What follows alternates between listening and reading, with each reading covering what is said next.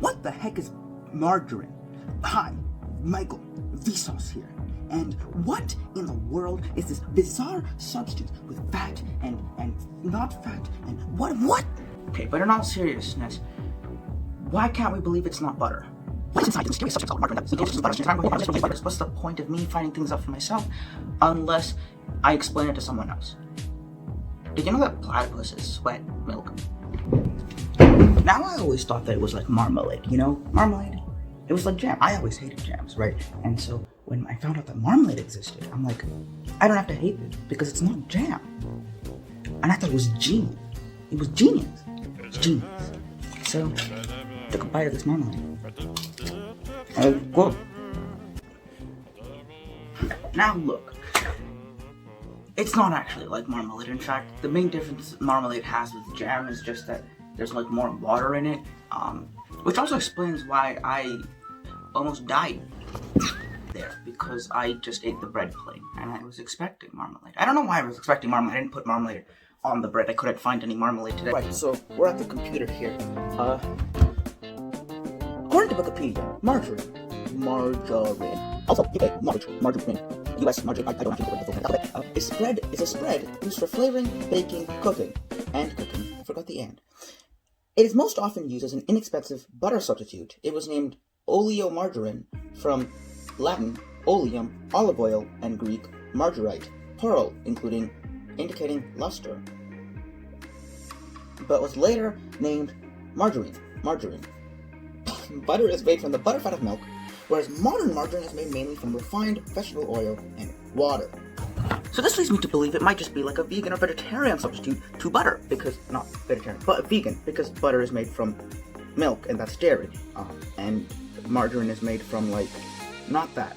The first margarine was commissioned from Emperor Napoleon III of France from the scientist to make margarine as a substitute for butter made from beef fat.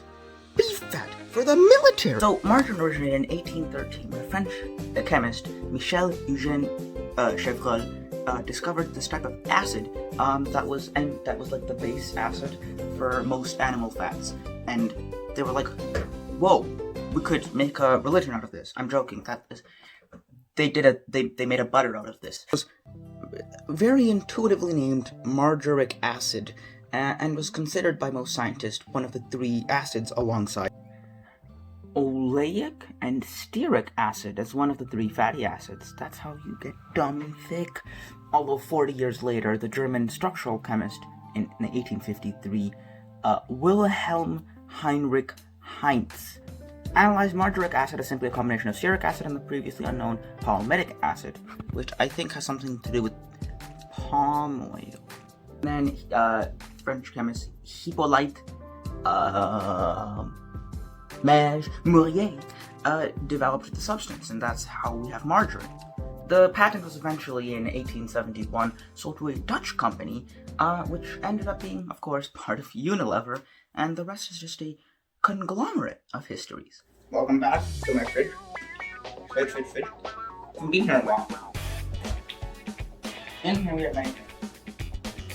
But we have two things in particular. I have some butter.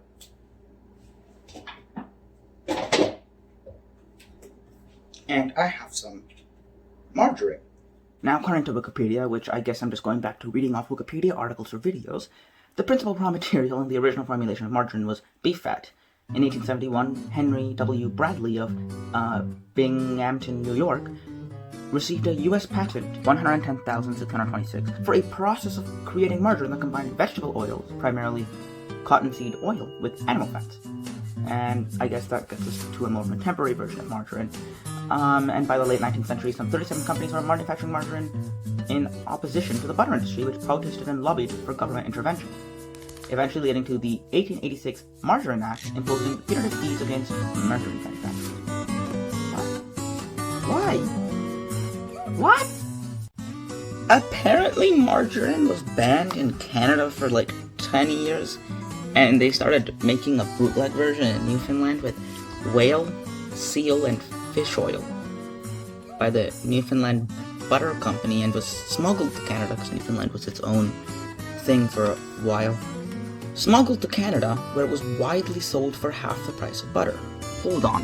When the Supreme Court of Canada lifted the margarine ban in 1948 in the margarine reference, that year Newfoundland negotiated its entry into the Canadian Confederation, and one of its 3 non-negotiable conditions for a union with Canada was a constitutional protection for the new province's right to manufacture margarine. Anyways, back to what you're actually probably interested in. A bunch of shortages in beef fat and rations in World War II and stuff meant that the original concentrations of margarine were basically banished from the market by, the 30s and 40s.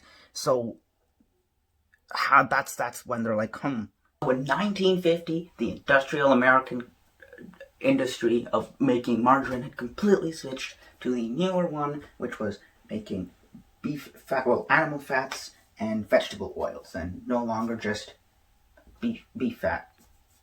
Turns out they never actually changed it, and it's just that now sometimes they make it from animal fats and sometimes they don't. So I got some definitions here of the different types of different countries and what they define as margarine. So where I live in Canada, Canadian Standard B.09.016 states that margarine shall be quote, an emulsion of fat or water in fat, oil, or fat and oil that are not derived from milk, and shall contain not less than 80% fat and not less than 3,300 IU of vitamin A and 530 IU of vitamin D, end quote.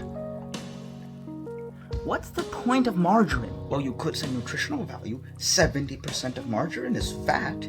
So if you have 100 grams of margarine, that is 70 grams of fat. That's cool. That's insane. So, what is our verdict on margarine? Well, get some extra information. The original margarine was actually white, so they had to add yellow coloring into it, and that was where the big feud with the butter companies happened, who alleged that it was fraud. But where are we now? Turns out there's not actually a very interesting story of how margarine became a more vegan and vegetarian. It just turns out that in the past decade, along with the increase in the amount of vegans in the world, it was just a business niche that could be filled. Although in the 60s they did start adding way more omega-3 and plant-based substitutes for trans fat for health reasons. So again, that brings us back to the main point. Why do we use margarine? I don't know. I mean, I guess maybe it's cheaper. Is it cheaper? I don't know. Just for spreading it. Although I guess, because it's made as more of a spread, you can't exactly use it as a substitute for butter in cooking. That seems to be it's very boring. Well, I can tell you why I'm wearing this really weird clothes. Basically, it was really cold, so I wore this under this, but then it looked kind of stupid, and see, this looks kind of dumb. So I did this, so it looks like a fake collar. I don't know. Yeah, platypuses are also one of 2 mammals that lay eggs. It's insane, honestly, insane. The only one one's echidnas. That's the animal that Knuckles from Sonic is. Wild. Honestly. Alright. Thank you for watching. Hope this was informative. If it wasn't, too bad. Please subscribe. Bye-bye. Happy Valentine's Day.